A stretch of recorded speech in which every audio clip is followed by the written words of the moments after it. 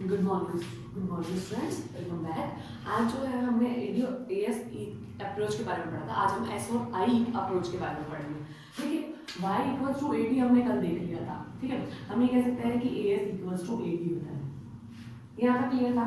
अब हम मानते हैं कि Y जो है वो C प्लस I होता है, C प्लस S होता है। यहाँ पर आप मान के चले AD जो है वो आपका C प्लस I होता है। ये आपको अच्छे से पता है। ठीक है, अगर मैं इसको सॉल्व करूं और AD AS इक्वल करना चाहूं तो हमने AD और AS को इक्वल किया है।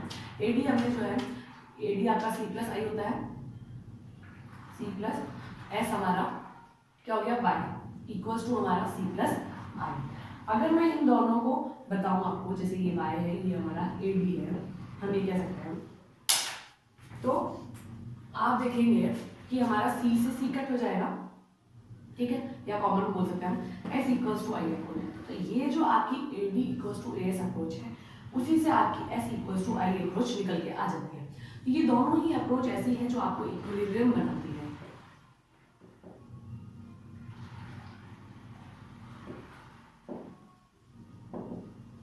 ठीक है, इक्विलिब्रियम के लिए दो अप्रोच है आपकी S इक्वल्स टू I, और कैसे निकल गया है वो हमने देख लिया। ठीक है, अब ये दोनों ही अप्रोच जो है एक डायग्राम के थ्रू भी हम देख सकते हैं। इनकी पर्टिकुलर आप डायग्राम देखेंगे तो मैं आपको बताती हूँ कि मैंने आपको पहले बताया था कि AS क्या है। पहली चीज AS जो है वो आपकी कंट्री की डिमांड को हमने बताया। ठीक है, तो AS कर्व जो होगा वो हमेशा 45 डिग्री का बनता है। ये हम पहले से पढ़ चुके हैं कि AS कर्व हमेशा 45 डिग्री का होता है, बिकॉज अगर आप ये माने तो आपकी जो जैसे जैसे आपकी इनकम इंक्रीज होती है, इसको हम Y से डिनोट करेंगे यहाँ, वैसे वैसे हमारी AS भी इंक्रीज होती है। तो ये दोनों ही जो है एक दूसरे के साथ पॉजिटिवली रिलेटेड होती है। इनकम इंक्रीज होती है, प्रोड्यूसर सप्लाई को भी इंक्रीज करता है और इक्वलिटी में इंक्रीज करता है, बिकॉज उसका प्रॉफिट जो है उसको रिटर्न प्रॉफिट वापस फिर से देगा, इसलिए। ठीक है, वो भी इन्वेस्टमेंट करते हैं। तो आप ये देखेंगे कि ये दोनों ही इक्वल क्वांटिटी में इंक्रीज होते हैं, इसीलिए जो है हम इनको Y को 45 डिग्री का बनाते हैं। ठीक है, फिर एक बात आती है ऑटोनोमस इन्वेस्टमेंट के बारे में, बिकॉज ये तो हमारा C हो गया, हमारा I क्या है और S क्या है, इसके बारे में हमको देखना। तो ऑटोनोमस इन्वेस्टमेंट जो होता है वो एक मिनिमम लेवल पर, मान लीजिए कि मैंने इसको 20 पे सेट किया, तो ये एज इट इज I होता है। ठीक है, ये दोनों मिलकर ही हमारे 45 डिग्री का कर्व जनरेट करते हैं। ये चीज आपने देखी थी। इसके बाद में हमने एक चीज देखी थी कि आपका AD इक्वल टू AS कैसे होगा। तो AD इक्वल टू AS करने के लिए क्या होता है स्टूडेंट्स, Y हमारा हमेशा 45 डिग्री का होगा। C जो कर्व होता है ना आपका, यानी AD कर्व जो होता है, AD curve C plus I से मिलके बनता है। ठीक है, I हमारे पास और जो है वो फिक्स हो गया। इसके बाद C क्या होता है, ऑटोनोमस कंजप्शन नाम से चीज आती है। ऑटोनोमस कंजप्शन नाम से चीज आती है, मतलब क्या होता है कि ऐसा कंजप्शन जो हमको अपनी लाइफ को जीने के लिए, यानी सर्वाइवल के लिए जो बेसिक कंजप्शन आप करते हैं, जबकि आपकी इनकम जीरो होती है, उसके बावजूद आप इस जो सर्वाइवल के लिए इनकम कंजप्शन करते हैं, उसको हम ऑटोनोमस कंजप्शन के नाम से जानते हैं। इसीलिए कभी भी C कर्व जीरो से स्टार्ट नहीं होता। जब C कर्व जीरो से स्टार्ट नहीं होगा तो इस तरीके का C कर्व आपको देखने को मिलेगा, और ये इसने जिस पॉइंट पे कटा वही हमारा इक्विलिब्रियम पॉइंट होता है। तो बेसिकली ऑटोनोमस कंजप्शन को आपको अलग से पढ़ना पड़ेगा कि व्हाट इज ऑटोनोमस कंजप्शन।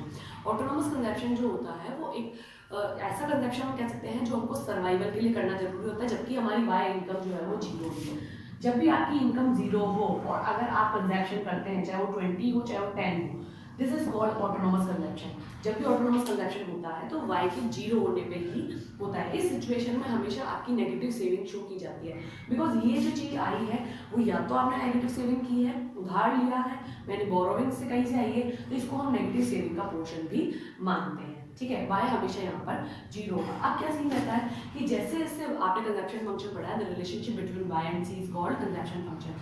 तो Y जैसे जैसे इंक्रीज होगा C भी इंक्रीज होगा, बट C के इंक्रीज होने की कैपेसिटी हमेशा कम रहती है, तो इसलिए ये जो Y है और ये जो C है वो इससे हमेशा नीचे रहता है।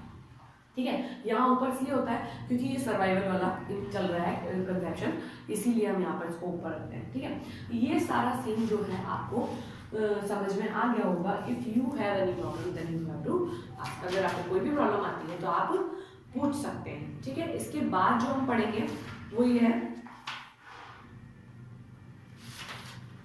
कि आपके टेबल के थ्रू जो है आपको इसमें जो है सब कुछ समझाया गया है। टेबल जो है आप इस तरीके की आपके बुक में टेबल दी हुई है, इस तरीके का जो है आपके यहाँ पे काम किया हुआ है। वाई दिया हुआ है, सी दिया हुआ है। आई जो है वो बेसिक हमारा इन्वेस्टमेंट होता है जिसको हम चेंज नहीं करते हैं, यानी कि ये जो चीज़ है वो ऑटोनोमस मान के चल रहे हैं इन्वेस्टमेंट को, तो इसको हमने एक जगह कंस्टेंट कर दिया। वो आप 10 पे करें, 20 पे करें, आपकी मर्जी है। जब आप एडी लिखते हैं तो एडीसी प्लस आई से आता है।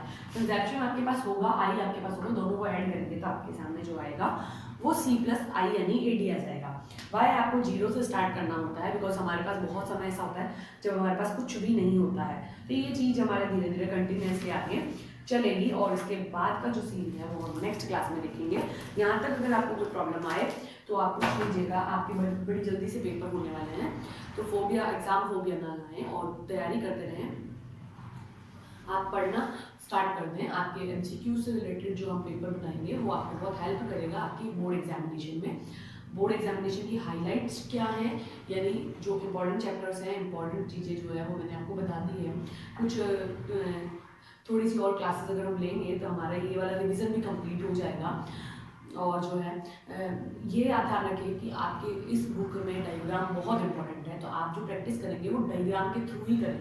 तो टेबल जो है वो याद करने की जरूरत नहीं होती है, आपको अगर उसको समझ में आ गया है कि कॉन्सेप्ट क्या है तो आपको वो भी अच्छे से समझ में आ जाएगी। फिर भी अगर आपको कोई प्रॉब्लम आती है तो आप मुझसे पूछ सकते हैं, पूरी तरीके से कोई प्रॉब्लम है नहीं इसमें। बाकी आपको डायग्राम की प्रैक्टिस जरूर करें स्टूडेंट्स। इट्स एन रिक्वेस्ट कि आप अगर डायग्राम की प्रैक्टिस नहीं करेंगे तो आपके मार्क्स नहीं आएंगे, बिकॉज डायग्राम के बिहाफ पर ही आपको सामने एग्जामिनर को पता चलता है कि आपकी नॉलेज क्या है। डायग्राम जब आपने करेक्ट बना दिया तो थ्योरी पढ़ने की जरूरत नहीं होती उसको, बिकॉज उसको पता है कि अगर डायग्राम बना है तो थ्योरी के बिहाफ पर ही बना। तो डायग्राम की प्रैक्टिस मस्ट इम्पॉर्टेंट है, तो वो चीज़ आप जरूर करें। साथ ही साथ ये ध्यान रखें कि जैसे ये अप्रोच है कि किस तरीके से इसका मैथमेटिकल पोर्शन हमने सॉल्व किया है।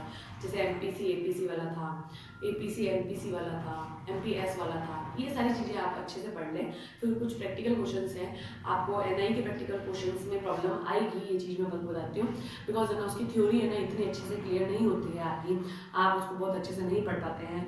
और तो आपको अगर उसको क्वेश्चन को सॉल्व करना है तो थ्योरी थोड़ा अच्छी पक्की करें। वीडियोस बार बार देखना आपको बहुत हेल्प हो जाएगी, बिकॉज मैंने उसको बहुत अच्छे से बनाया है। फिर भी अगर आपको कोई प्रॉब्लम हो तो आपके पास बुक अवेलेबल है, और बाद में अगर कोई प्रॉब्लम आती है तो आप मुझसे कंसल्ट कर लीजिएगा। लेकिन आप पढ़ लें, और एक और चीज़, जो आपने प्रोजेक्ट बनाए हैं वो अच्छे से बनाएं ताकि एग्जामिनर आपको उसके बिहाफ पे मार्क्स दे सके।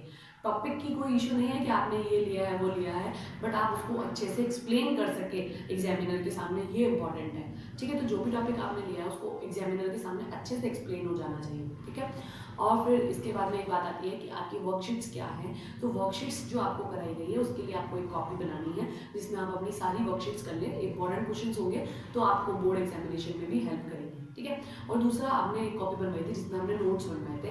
मैंने आपको सेकंड बुक का कोई भी वर्क नहीं दिया, फर्स्ट बुक से अपन ने नोट्स बनाए हैं, तो 2 कॉपी आपको रेडी करनी है। जब भी स्कूल में मंगाई जाएगी तब आपको उनको लेके भी आना है। ठीक है, और पढ़ते रहें, अगर आपको कोई प्रॉब्लम हो तो पूछ सकते हो। Okay, thank you.